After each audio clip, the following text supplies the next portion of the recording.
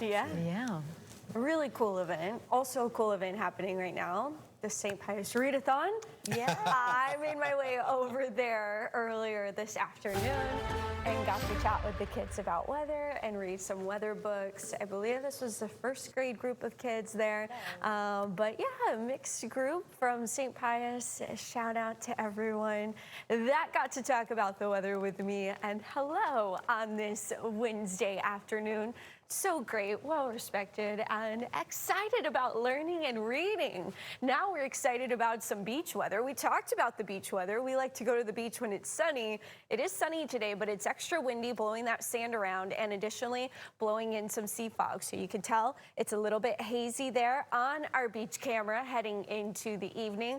We also have low level of some pollutants in our atmosphere. Ozone levels are fine, but air quality is at moderate right now as well. 71 degrees on your beach cam. Wind is out of the south-southeast there at 18 miles per hour, gusting up to 26. Visibility you see is 7 miles out ahead of you. So we do have a wind advisory that is about to expire by 6 p.m.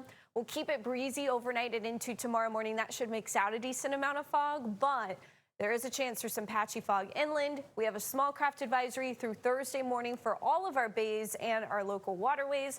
And then a red flag warning does continue through 6 p.m. for Brooks County and Kennedy County. We'll have some elevated fire danger tomorrow as well, but no watches or warnings in place at this time. Visibility is fine for now, but as I mentioned, Rockport, Port Aransas, and even Sinton seeing some lower visibility. By the time you may be headed out the door early tomorrow morning, some patchy fog is expected to develop. Coastal locations should still have some pretty gusty wind. You'll see the forecast for Corpus Christi still has gusts around 20 miles per hour there at 7 a.m. We'll see the sea fog take shape again Thursday evening, and that will push inland into Friday morning. We'll have more fog heading into Friday morning with more humidity as well, so be ready for that. In terms of fire weather, it is high tomorrow. It does look like the danger from the weather at least lowers into Friday and Saturday. That's due in part to some lighter wind. On our muggy meter, though, air-wise or dew point-wise, we're still going to be pretty muggy, but our temperatures are going to be extra high for areas into the brush country on Thursday, and that's what's one of the big reasons we're going to elevate that fire danger. You see this dry line, it's going to have our winds going different directions. We'll have northerly winds over the brush country, southerly winds over the coast. However, these northerly winds are extra dry, will be extra sunny tomorrow, and that's going to lead to some extra warm temperatures. There is a front that takes our temperatures down just a tad, roughly 10 degrees, heading into Friday.